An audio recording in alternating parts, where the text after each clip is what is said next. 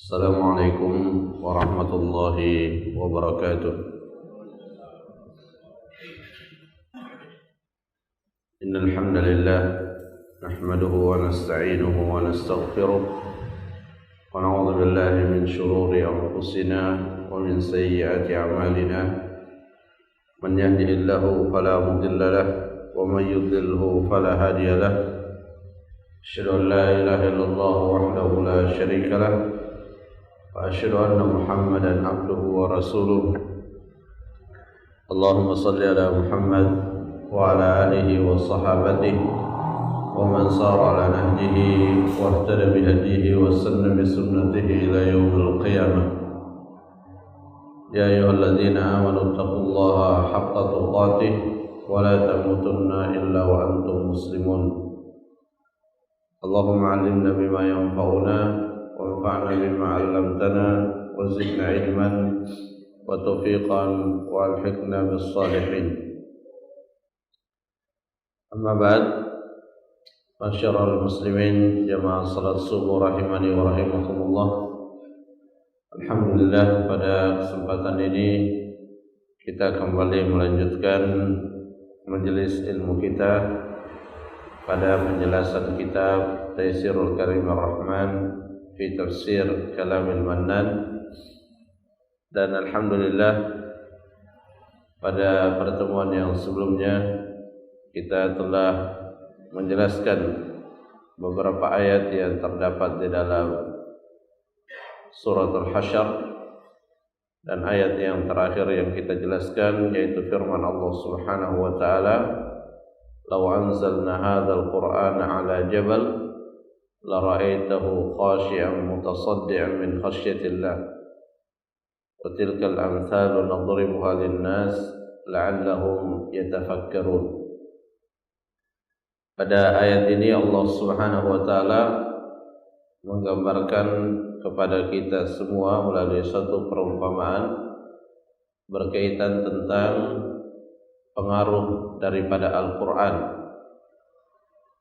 di mana Allah menyebutkan seandainya Al-Quran ini diturunkan pada gunung, maka gunung tersebut akan pecah, hancur, disebabkan oleh rasa takutnya kepada Allah Subhanahu wa ta'ala. Kemudian di akhir ayat disebutkan la'allahum yatafakkarun, semoga mereka bertafakkur, merenungi, mentadabburi, terutama berkaitan dengan apa yang disampaikan sebelumnya, bahwa gunung itu ketika diturunkan, seandainya diturunkan kepadanya ayat Al-Quran, maka dia akan pecah disebabkan oleh rasa takutnya kepada Allah Subhanahu wa ta'ala. Ayat ini kita renungkan dan kita kaitkan dengan diri kita masing-masing, sejauh mana Al-Quran itu memberikan pengaruh di dalam hati kita, dalam diri kita. Apakah Al-Quran itu telah memberikan pelajaran pada diri kita, bagaimana ketika kita mendengarkan Al-Quran, apakah ada interaksi antara hati kita dengan ayat-ayat Al-Quran. Dan tentu kita bisa terpengaruh oleh ayat-ayat Al-Quran jika kita mengerti dan memahami maksud daripada ayat-ayat tersebut. Oleh karena itulah kita terus belajar, mempelajari kandungan dan makna daripada ayat-ayat Al-Quran. Jamaah rahimakumullah, kemudian kita lanjutkan pada ayat yang berikutnya,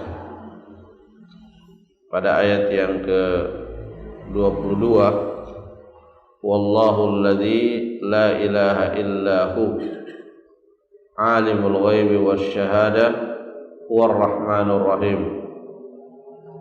Wallahu alladzi la ilaha illa huwal malikul quddus assalamul mu'minul muhaiminul azizul jabbarul mutakabbir subhanallahi amma yusyrikun.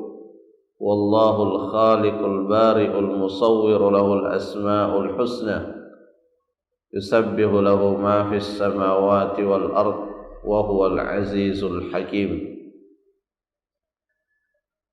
Pada ketiga ayat ini Allah Subhanahu wa taala menyebutkan beberapa nama-namanya,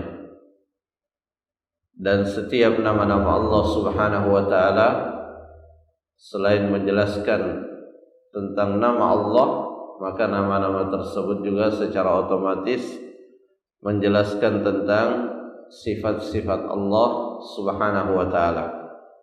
Jadi setiap nama Allah itu menunjukkan sifatnya. Misalnya kita sering membaca Ar-Rahman Ar-Rahim, yang Maha Pengasih dan Maha Penyayang. Itu menunjukkan bahwa Allah Subhanahu wa taala memiliki sifat rahmat, sifat kasih sayang, dan Allah menyayangi hamba-hambanya. Dan melalui nama-nama Allah Subhanahu wa taala dan juga melalui sifat-sifat yang disebutkan di dalam Al-Qur'an ataupun di dalam hadis Nabi sallallahu alaihi wasallam, kita mengenal Allah Subhanahu wa taala. Jadi salah satu cara atau salah satu wasilah agar kita mengenal Allah dengan sebenar-benarnya itu dengan membaca nama-namanya, memahami makna daripada nama-nama Allah Subhanahu wa taala. Karena seperti yang tadi kita sampaikan bahwa pada setiap nama Allah maka di situ terkandung sifat-sifatnya. Dan tentu kita tidak menamai Allah dan juga kita tidak mensifati Allah kecuali dengan nama dan sifat yang memang disebutkan di dalam Al-Quran ataupun di dalam hadis-hadis Nabi sallallahu alaihi wasallam. Karena perkara nama dan sifat ini termasuk dalam kategori perkara yang gaib. Dalam arti kita pada asalnya tidak mengetahui nama-nama Allah, kita tidak mengetahui sifat-sifat Allah. Sebagaimana Allah itu bagi kita adalah gaib, maka berkaitan dengan Allah juga itu pada asalnya adalah perkara yang gaib. Nah, perkara yang gaib itu tidak kita tetapkan kecuali ada informasinya dari Al-Quran ataupun dari hadis-hadis yang sahih. Nah, pada ayat ini yang disebutkan pertama kali itu adalah Allah. Huwallah, dialah Allah. Dialah Allah Subhanahu wa taala, yang mana makna daripada Allah itu adalah al-ma'luhu al-ma'bud, yang disembah. Jadi makna Allah adalah yang disembah. Dan semua nama-nama Allah yang disebutkan di dalam Al-Quran atau disebutkan di dalam hadis-hadis Nabi sallallahu alaihi wasallam itu pada hakikatnya kembali pada nama ini, kembali kepada nama Allah. Jadi Allah menyebutkan nama-namanya yang lain, Ar-Rahman, Ar-Rahim, dan nama-nama yang sangat banyak, itu tidak lain agar manusia mengenali Allah, dan dengan dia mengenali Allah, manusia itu hanya menyembah kepada Allah Subhanahu wa taala. Jadi Allah artinya al-ma'luhul ma'bud, alladzi la ilaha illahu, yang tidak ada sesembahan yang benar, tidak ada ilah yang benar untuk disembah kecuali Dia, kecuali Allah Subhanahu wa taala. Ini juga mengisyaratkan bahwa di antara manusia ada yang menyembah selain Allah. Tetapi Allah menegaskan bahwa semua bentuk penyembahan kepada selain Allah itu adalah penyembahan yang batil. Karena satu-satunya yang berhak untuk kita sembah itu hanya Allah Subhanahu wa taala. Ya, karena Allah Subhanahu wa taala lah yang satu-satunya memiliki sifat-sifat kesempurnaan. Di sini Syekh Sa'di rahimahullah menyebutkan beberapa alasan logis kenapa kemudian hanya Allah yang berhak untuk diibadahi. beliau mengatakan wa dzalika likamalihil azim. Kenapa Allah satu-satunya yang benar dan berhak untuk diibadahi? Karena kesempurnaan keagungannya, kesempurnaannya yang sangat agung, wa ihsanihi syamil wa tadbirihil am, dan juga kebaikan yang Allah berikan, di mana kebaikan itu bersifat menyeluruh, didapatkan oleh semua ciptaan-ciptaan Allah Subhanahu wa taala, dan juga semua yang ada di muka bumi ini, yang ada di seluruh alam ini, semuanya juga tunduk pada pengaturan Allah Subhanahu wa taala. Dan ini adalah sesuatu yang tidak mungkin dapat dilakukan oleh selain Allah Subhanahu wa taala. Hanya Allah yang bisa melakukan dan hanya Allah yang memiliki semua yang tadi kita sebutkan. Sehingga atas dasar itulah secara logika sesungguhnya setiap manusia itu tidak menyekutukan Allah Subhanahu wa taala. Bagaimana mungkin dia menyekutukan Allah Subhanahu wa taala dengan sesuatu yang tidak memiliki kesempurnaan, dengan sesuatu yang butuh kepada hamba-hamba yang lain, butuh kepada ciptaan-ciptaan Allah yang lain. Bagaimana dijadikan sebagai sekutu bagi Allah Subhanahu wa taala. Makanya di lanjutan perkataan beliau mengatakan wa kullu ilahin ghairihi fa innahu batilun la yastahiqqu minal ibadah mithqala dzarrah. Maka semua bentuk, semua sesembahan yang disembah oleh manusia selain Allah, maka itu adalah sesuatu yang batil, dan itulah perbuatan dosa yang paling tinggi tingkat keburukannya, dan itu pula perbuatan dosa yang wajib kita tempatkan di tempat tertinggi yang paling kita benci. Makanya di dalam ayat Al-Quran Allah Subhanahu wa taala memberikan penegasan, kalau sudah berkaitan dengan ibadah, berkaitan dengan tauhid dan kesyirikan, maka di sana prinsip yang digunakan adalah lakum dinukum waliyadin. Jangan kita ikut-ikutan melakukan suatu kesyirikan hanya dengan alasan ingin menghormati, atau hanya dengan alasan tidak enak kalau tidak ikut melakukan hal tersebut. Karena kalau sampai seperti itu cara kita di dalam menjalankan agama, maka pada hakikatnya kita telah menjerumuskan diri kita pada suatu kebatilan yang sangat batil, yaitu menyekutukan Allah Subhanahu wa taala. Kemudian di dalam ayat juga disebutkan nama Allah yang lain, yaitu Alimul Ghaibi Wasyahadah. Allah Subhanahu wa taala mengetahui perkara yang gaib. Dan ketika disebutkan nama Allah, yang tentu di dalam nama itu menunjukkan sifatnya, maka kita selalu meyakini bahwa itu adalah sifat kesempurnaan. Jadi ketika dikatakan Alimul Ghaib, Allah mengetahui perkara yang gaib, berarti Allah mengetahui perkara yang gaib secara sempurna. Dan setiap nama Allah dan sifat Allah itu tidak boleh kita yakini ada pada selain Allah. Jadi ketika kita sudah meyakini bahwa Allah yang mengetahui perkara yang gaib, maka jangan pernah kita yakini bahwa ada selain Allah yang juga mirip dengan Allah dalam hal mengetahui perkara yang gaib, kecuali yang memang disebutkan secara khusus oleh Allah, seperti para rasul. Alimul ghaibi fala yudhiru ala ghaibihi ahada.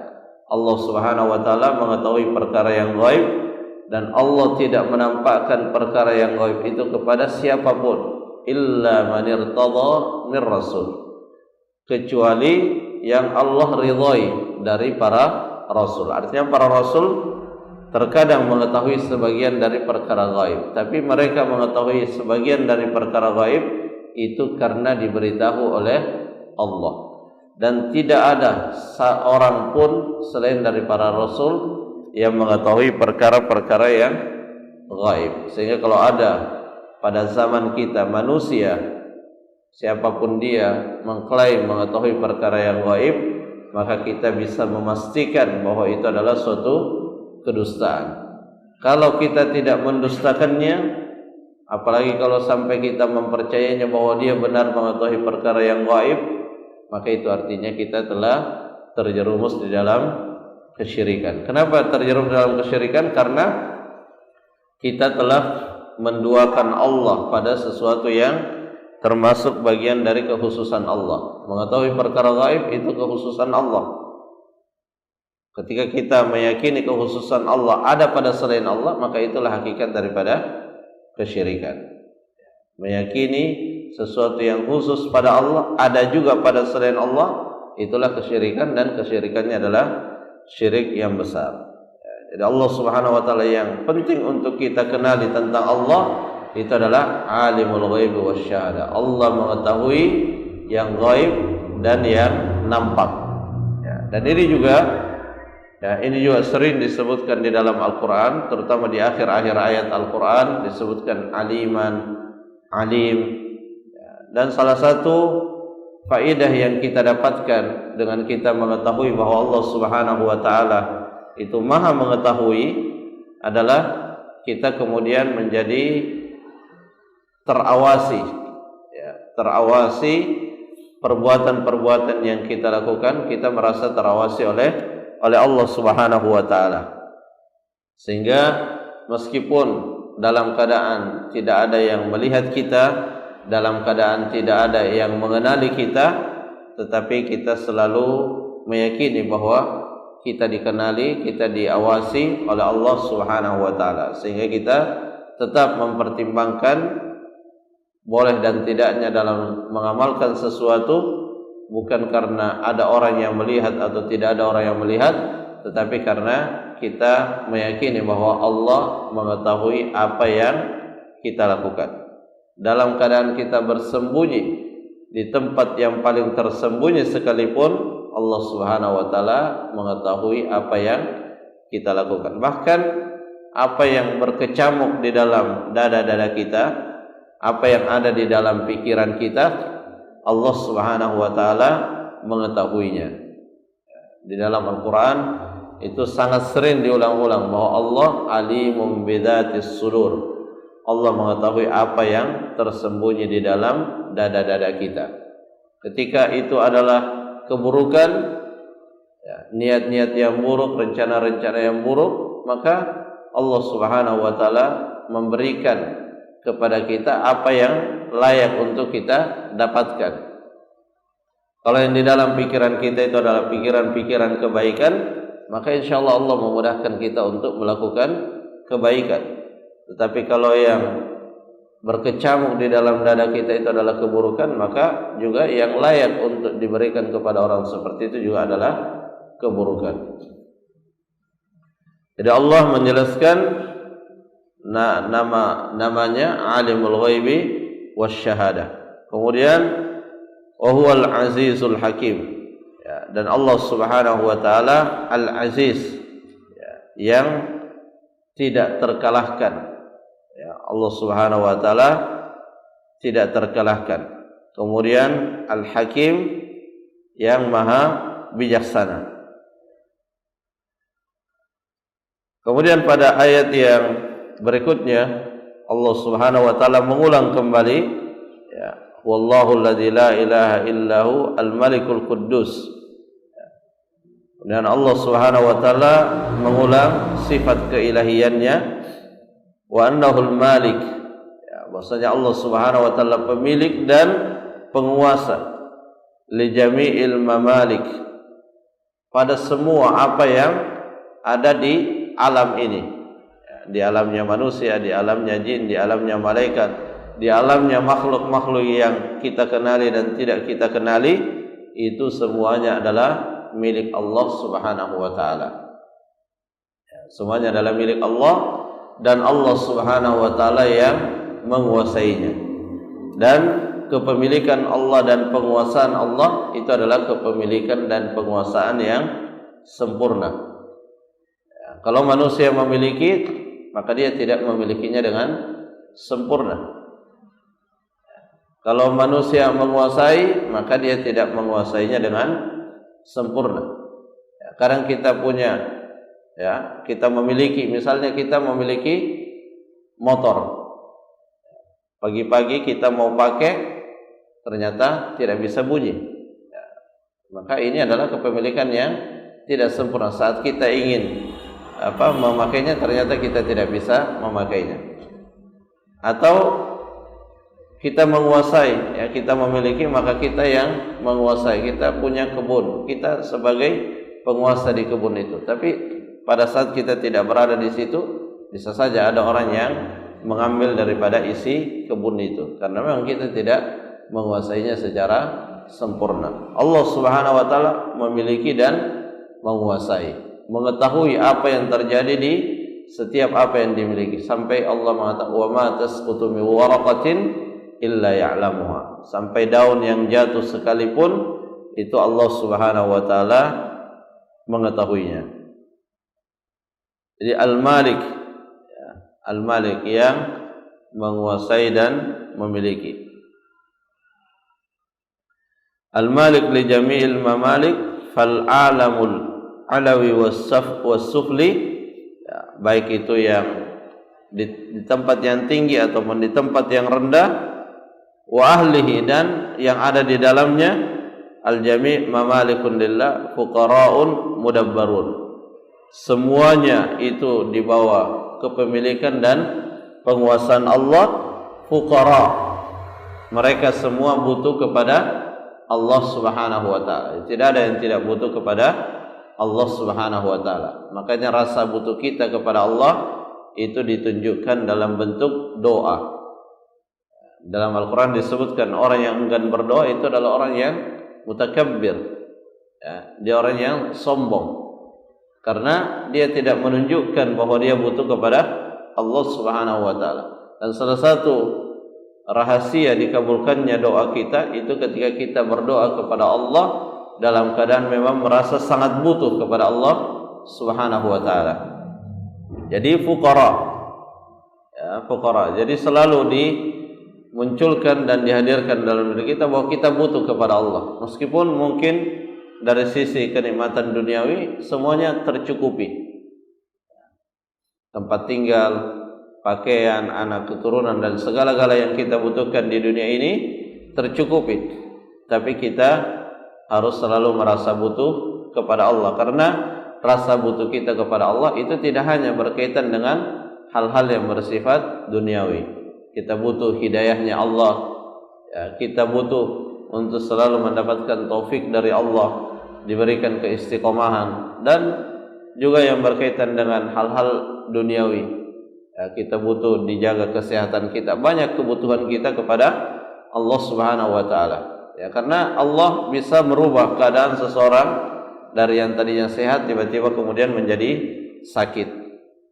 Dari yang tadinya melimpah kenikmatannya tiba-tiba kemudian hilang kenikmatan itu. Allah sangat kuasa untuk merubah keadaan seseorang dalam sekejap, sehingga kita selalu merasa sangat butuh kepada Allah Subhanahu wa taala. Dan jangan sampai rasa butuh kita kepada selain Allah melebihi daripada rasa butuh kita kepada Allah Subhanahu wa taala. Karena Allah, seperti dalam surah Al-Ikhlas, itu adalah Allahus Samad, Allah yang menjadi sandaran kita di dalam terpenuhinya segala sesuatu yang kita butuhkan. Al-Quddusus Salam, Al-Muqaddas As-Salim min kulli aib. Al-Quddus itu yang suci, suci, tidak ada aib, tidak ada cacat. Jadi kalau kita ingin mendekat kepada sesuatu, kita mendekat kepada Allah yang tidak memiliki cacat, tidak memiliki aib sedikit pun, sehingga tidak ada keraguan bagi siapapun untuk mendekatkan dirinya kepada Allah Subhanahu wa taala. Kalau dalam kehidupan kita sesama manusia. Ya, kadang kita mendekati seseorang, kita dekat kepada dia, ya, tetapi ada saja hal-hal yang mungkin tidak kita senangi dari orang tersebut. Ya, karena memang manusia itu tidaklah sempurna, ada kekurangannya, ada aibnya, ada cacatnya. Ya, Allah Subhanahu wa taala tersucikan dari kekurangan-kekurangan. Jadi Al-Quddus itu suci, As-Salam itu yang selamat dari kekurangan-kekurangan. As-Salim min kulli aibin wa afatin wa naqsin. Al-Mu'azzam Al-Mumajjad, yang tersucikan, selamat dari kekurangan, yang agung dan terpuji. Lianna al-Quddus yadullu ala tanzih min kulli naqsin wa ta'zim lillahi fi awsafihi wa jalalihi. Ya, jadi kata-kata atau nama Al-Quddus itu menunjukkan kesucian Allah Subhanahu wa taala dari segala bentuk kekurangan. Kemudian Al-Mu'min, ya, disebutkan juga di dalamnya Al-Mu'min. Ya, Al-Mu'min Al-Musaddiq. Ya, Al-Musaddiq li rusulihi wa anbiya'ihi bima ja'u bihi bil ayatil bayyinat. Yang Al-Mu'min yang membenarkan apa yang dibawa oleh para nabi dan rasul. Jadi Allah Subhanahu wa taala membenarkan, ya, apa yang disampaikan oleh nabi dan rasul itu dibenarkan oleh Allah Subhanahu wa taala, sehingga tidak mungkin bisa dipisahkan antara apa yang disampaikan oleh Allah dengan apa yang disampaikan oleh Rasulullah. Tidak boleh dipertentangkan. Itu adalah satu hal yang satu. Apa yang disampaikan oleh Rasulullah, maka itu dibenarkan oleh Allah. Apa yang diwahyukan oleh Allah, itulah yang disampaikan oleh Rasulullah SAW. Sehingga di dalam syahadat itu tidak bisa dipisahkan. Asyhadu an la ilaha illallah wa asyhadu anna Muhammadar Rasulullah. Di dalam Al-Quran juga tidak bisa dipisahkan dengan sunnah. Al-Ikhlas tidak bisa dipisahkan dengan mutaba'ah. Kalau dia ikhlas dalam beramal, maka amalnya harus mengikuti tuntunan Rasulullah SAW. Ketika dia bersyahadat bahwa tidak ada yang disembah selain Allah, tidak ada yang benar disembah selain Allah, maka dalam menyembah dia harus mengikuti apa yang dibawa oleh Nabi Muhammad SAW. Karena di antara nama Allah tadi Al-Mu'min, yang membenarkan. Apa yang dibenarkan oleh Allah? Yang dibenarkan oleh Allah adalah apa yang disampaikan oleh utusan-utusannya. Jadi apa yang disampaikan oleh Rasulullah itu juga kebenaran yang absolut, sebagaimana halnya Al-Quran. Jadi ketika Allah mengatakan Al-Haqqu min Rabbik fala takunanna minal mumtarin, kebenaran itu datangnya dari Allah, maka jangan ragu. Maka kebenaran yang dimaksud di situ bisa berupa ayat-ayat Al-Quran dan juga bisa berupa hadis-hadis Nabi sallallahu alaihi wasallam. Jadi Al-Mu'min Al-Musaddiq li rusulihi wa anbiya'ihi bima ja'u bihi bil ayatil bayyinat wal barahin al-qati'at wal hujaj al-wadihat. Ya, jadi semua yang dibawa oleh Nabi berupa wahyu, termasuk juga di dalamnya keluar-biasaan yang dimiliki oleh para nabi, ya, yang biasa dikenal dengan istilah mukjizat. Maka kita meyakini bahwa itu adalah sesuatu yang hak adanya, sesuatu yang benar, sesuatu yang memang dibenarkan oleh Allah Subhanahu wa taala. Kemudian Al-Aziz, ya, Al-Aziz tadi sudah kita sebutkan, alladzi la yughalab wa la yumana, yang tidak terkalahkan, yang tidak tercegah, ya, di mana ketika Allah Subhanahu wa taala telah menghendaki sesuatu, maka Allah dapat mewujudkannya, Allah mewujudkannya tanpa ada yang bisa menghalanginya. Ya, salah satu zikir yang biasa kita baca, ya, selesai salat, Allahumma la mani'a lima a'taita. Ya Allah, tidak ada yang bisa mencegah apa yang Engkau akan berikan. Ya, jika fulan sudah Allah tetapkan dia yang dapat, maka meskipun yang hasad kepadanya berusaha mencegah, dia tidak akan bisa mencegah. Ya, makanya hasad itu tidak ada manfaatnya dan yang ada adalah mudaratnya. Karena meskipun seseorang itu hasad kepada orang lain, hasadnya itu tidak akan bisa mewujudkan apa yang ada di dalam pikirannya kecuali atas izin Allah Subhanahu wa taala. La mani'a lima a'taita wa la mu'tiya lima mana'ta. Dan tidak ada yang bisa memberikan kepada seseorang apa yang dihalangi oleh Allah Subhanahu wa taala. Ya, dan itu kita bisa lihat pada ciptaan-ciptaan Allah, makhluk-makhluk Allah yang kelihatannya sangat lemah, tapi dia juga bisa mendapatkan makanan. Makhluk-makhluk Allah yang hidup ya di dalam habitat, di situ ada binatang-binatang buas, tapi juga bisa melangsungkan hidupnya. Dia juga bisa makan sebagaimana binatang yang lebih kuat juga bisa makan. Kenapa? Karena memang Allah Subhanahu wa taala telah menetapkan.